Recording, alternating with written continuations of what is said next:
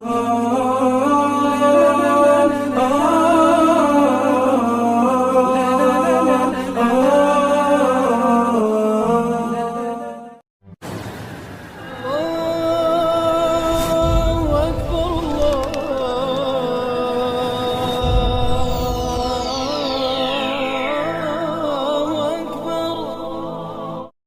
itu sesuatu yang penting untuk kita tahu supaya kita jangan menganggap sepele soal moral ini.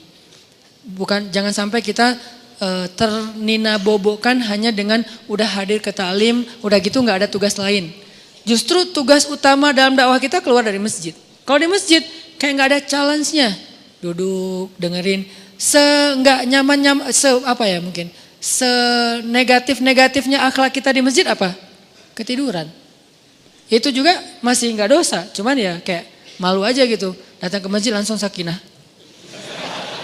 Beres, pas udah selesai doa baru bangun misalnya. Itu seminimal-minimalnya akhlak kita di masjid paling ya itu.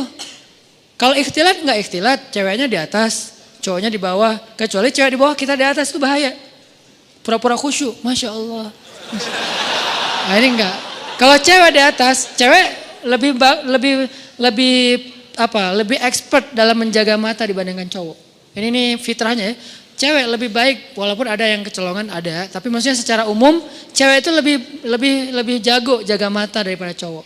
Cowok lebih jago jaga mulut daripada cewek. Saya nggak mau ngomong negatifnya ya, saya ngomong positifnya nih. Positifnya, cewek itu lebih jago menjaga mata daripada cowok. Cowok lebih jago menjaga lisan daripada cewek. Makanya cewek kalau lagi sedih itu kan gini ya.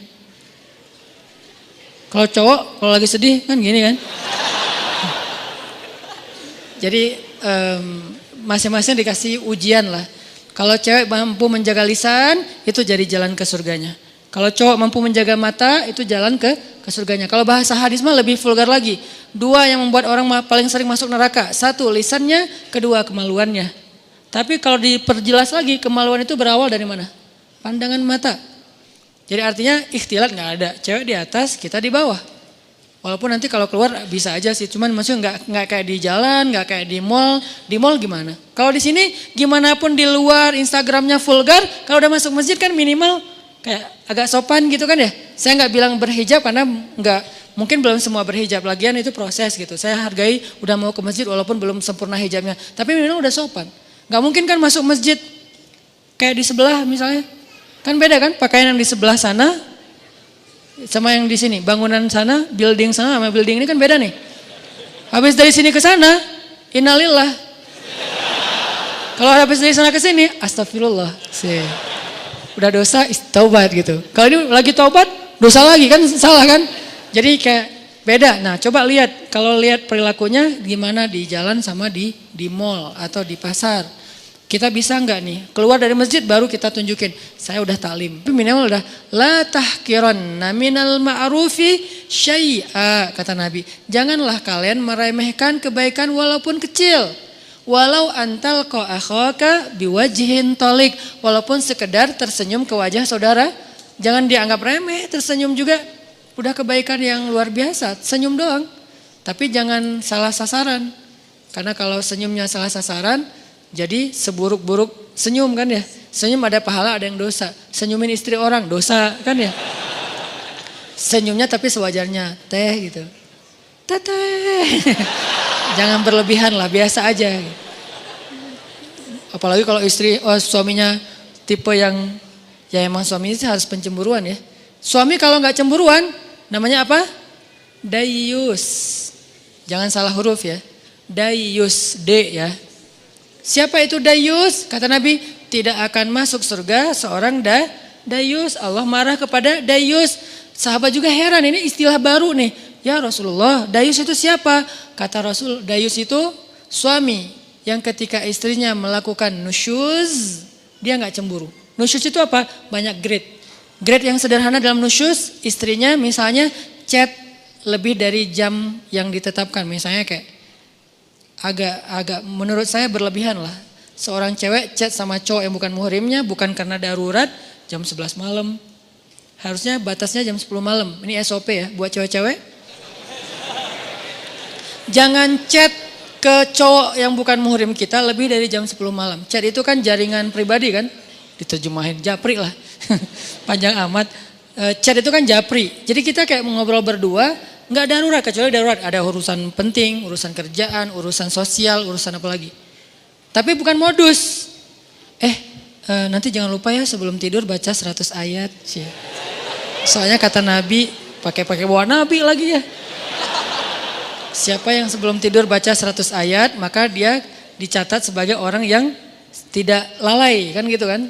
Karena siapa yang selalu dalam keadaan zikir berarti Allah ingat dia. Fadkuruni adkurkum, berarti siapa yang sebelum tidur baca 100 ayat, Allah ingat dia sepanjang dia tidur sehingga dia tidur dalam keadaan diridhoi oleh Allah. Ya, jangan lupa ya baca 100 ayat. Oh ya, surat apa? Bebas, yang kamu udah lancar aja. Atau kalau misalnya kamu ngantuk, aku aja bacain mewakili kamu. Apa gitu kan ya. Nah, ini namanya modus. Jangan di follow yang kayak gitu-gitu. Oke, jadi jangan lebih dari jam 10 kecuali darurat. Nah, suami yang gak cemburu istrinya chat terus cekikikan, terus emotikonnya guling-guling apa. Nah, ini enggak benar nih. Berarti dia udah mulai kena penyakit dayus, harus cemburu. Enggak ada apa-apa kok, bukan kita curiga sama istri kita atau sama cowok itu. Kita enggak suuzon sama mereka berdua, kita suuzon sama setannya. Mereka dua-duanya orang soleh, yang satunya ustadz lagi tuh.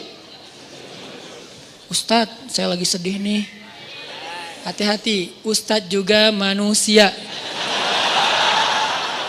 Saya dipanggil ustadz. Ustadz pernah tergoda? Hampir. Untung lah, astagfirullahaladzim. Wudu gitu. Tapi nyesel, kenapa nggak disambung 5 menit lagi? Ustadz juga manusia. Jangan mengkultuskan ustadz. Ustadz mah insya Allah nggak apa-apa. Jangan. Kita nggak curigain ustadz, kita nggak curigain ceweknya. Kita curigain setan yang ada di antara mereka. Dan setan itu yajri majrad dam, mengalir di dalam aliran darah kita. Dia tahu banget kelemahan kita di apa. Ada yang kelemahannya emotikon, dia tahu. Akhirnya dibisikin, lo bilang ke orang yang ada di dalam, yang lo sembunyi di tubuh dia. Kan setan kayak saling hati-hatian gitu kan. Roger gitu apa. Setan kan saling kontak-kontakan kan, mereka live terus online. Lo di tubuh dia, gue di tubuh dia ya. Ya udah kita bagi tugas. Kelemahan dia apa? Emotikon. Emotikon yang mana? Yang guling-guling, yang berdarah-darah air mata. Akhirnya, aku lagi sedih nih habis dimarahin suami. Oh, biasa itu ujian rumah tangga. Mulai curhat. Lama-lama kok Ustadz ini enak diajak curhat ya, nggak seperti suami saya mah orangnya cuek. Kalau Ustadz orangnya pengertian, dia bisa menghibur saya, Masya Allah, jadi nyaman. Nggak ada pikiran macam-macam, nyaman doang nih, nyaman chat. Ada masalah lagi, chat lagi sama Ustadz. Dan Ustadznya juga kayak awalnya juga berbaik hati. Kasihan juga mau ngasih motivasi, biar kasih hadis, ngasih ayat. Tapi udah jam 10 Ustadz, ini udah jam 10, udah nggak boleh lagi urusan privasi. Kalau mau chat kan bisa besok, pagi-pagi habis subuh, Ustadz mohon maaf, kalau perlu bahasanya kaku, nggak ada titik-titik, nggak ada koma, udah aja kaku, kalau perlu semuanya kapital. Saking kakunya gitu. Jangan ada yang dikasih bunga-bunga, titik-titik panjang, terus misalnya hurufnya didobel-dobelin gitu. Ustadz, bahaya. Ya. Ini jarang kan Ustadz buka kartu kan? Bahaya. Karena ada ustadz yang jadi korban ada, tapi kita nggak boleh menjudge. Yang mana ustadz? Itu ya ustadz. Enggak, saya nggak mau menjudge ya. Tapi ada kasusnya ada aja. Ini dunia fitnah kan? Kita kan ngelihat ustadz itu suci di atas mimbar. Di belakang mimbar, ya gitu deh. Ya manusia maksudnya, manusia sama kayak kita, kelemahannya sama. Mudah-mudahan kita berbaik sangka dia lebih soleh. Tapi sesoleh-solehnya dia, bukankah di Bani Israel itu ada orang yang ahli ibadah 100 tahun. Ibadah terus, ujungnya apa? Zina, membunuh, syirik. Gara-gara apa? Gara-gara tadi tuh disebut dengan talbisul iblis. Makanya bahasanya wala tattabi'u khutuwat, bukan khittah, tapi khutuwat. Khutuwat itu jamak dari khittah. Langkah-langkah, bukan satu langkah. Setan itu gak nyuruh kita langsung bikin dosa. Itu satu langkah. Nyuruh kita pelan-pelan dulu. Kalau perlu berpahala dulu. Jadi dia ke kanan dulu. Baru nanti muter ujung-ujung tanpa kita sadari udah di kiri. Gitu caranya, bukan lo ke kiri. Enggak, kita gak mau. Zina lo, gak mau dong. tapi kasihan dia bantuin ke kanan kan, bantuin. Dia kayaknya lagi labil banget daripada dia bunuh diri. Ya udah deh gue temenin, chat sampai jam 12 malam. Kanan, chatnya pelan-pelan, ayat dulu keluarin, hadis, lama-lama nasihat pribadi. Kok kata-katanya bagus? Ya kata-kata saya sendiri. Oh Ustaz ini bijak sekali.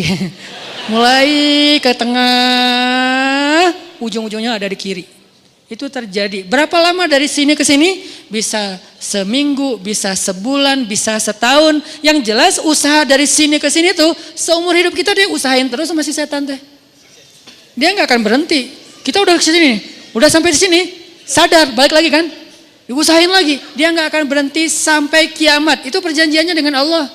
Akan aku sesatkan cucu-cucunya Adam sampai hari kiamat. Kalau dunia batas waktunya kiamat, kalau kita batas waktunya sakaratul maut. Jadi nggak ada batas waktu terus saja. Mau ustadznya udah kakek-kakek juga sama. Sebelum meninggal berarti masih ada kesempatan diginiin. Dia nggak akan nyuruh nyebrang ke sana. Khutwat. Khutwat itu langkah-langkah yang panjang, yang banyak. Mungkin 1000 langkah, mungkin 2000 langkah. Yang jelas goalsnya ke sini nih.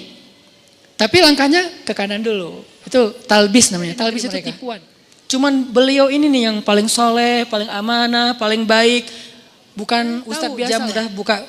Jam udah ada roti di depan pintu dia buka, ambil roti, makan di dalam.